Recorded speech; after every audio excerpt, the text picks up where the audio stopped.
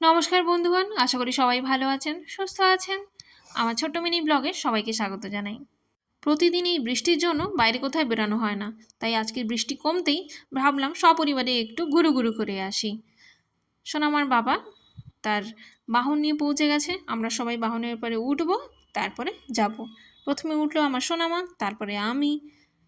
বাহন স্টার্ট হয়ে গেছে, এবারে আমরা গন্তব্যস্থলের দিকে রওনা দিচ্ছি খুব দ্রুত গতিতে। অনেক দিন পর পার্কে আসার জন্য সোনামা খুব খুশি, আমারও ভালো লাগছে। সারাক্ষণই ঘরের ভেতরে চার দেওয়ালে আটকে থাকা না বড্ড বিরক্তিকর।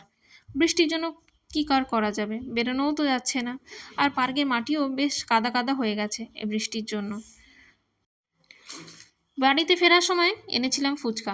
আমাদের এখানে 10 টাকায় এখনও 7টা ফুচকা দেয়, আর ফুচকাগুলোর সাইজ এক একটা ক্রিকেট বলের মতো, সত্যি অনেক বড়। আর জলটা তো কি টেস্টি টেস্টি ছিল। ফুচকাটা যথেষ্ট বড়, তাই একবারে মুখে ঢোকানো তো অসম্ভব। চেষ্টা করেছিলাম, বাট ভেঙে গেছে। কিন্তু 10 টাকায় 7টা বলে কম্প্রোমাইজ কিন্তু হবে না, দারুণ টেস্ট।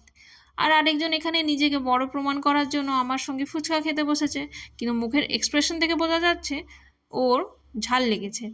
আর রাত্রেবেলা এই যে শোয়ার আগে চ্যবনপ্রাশ খাচ্ছে। এটা চ্যবনপ্রাশ খাওয়ার একটা নতুন পদ্ধতি। এরকম করে খেলে চ্যবনপ্রাশের কাজ কিন্তু দ্বিগুণ বেড়ে যায়। দেখা হচ্ছে নেক্সট ব্লগে, ততক্ষণ সবাই ভালো থাকুন, সুস্থ থাকুন। Tata, bye bye.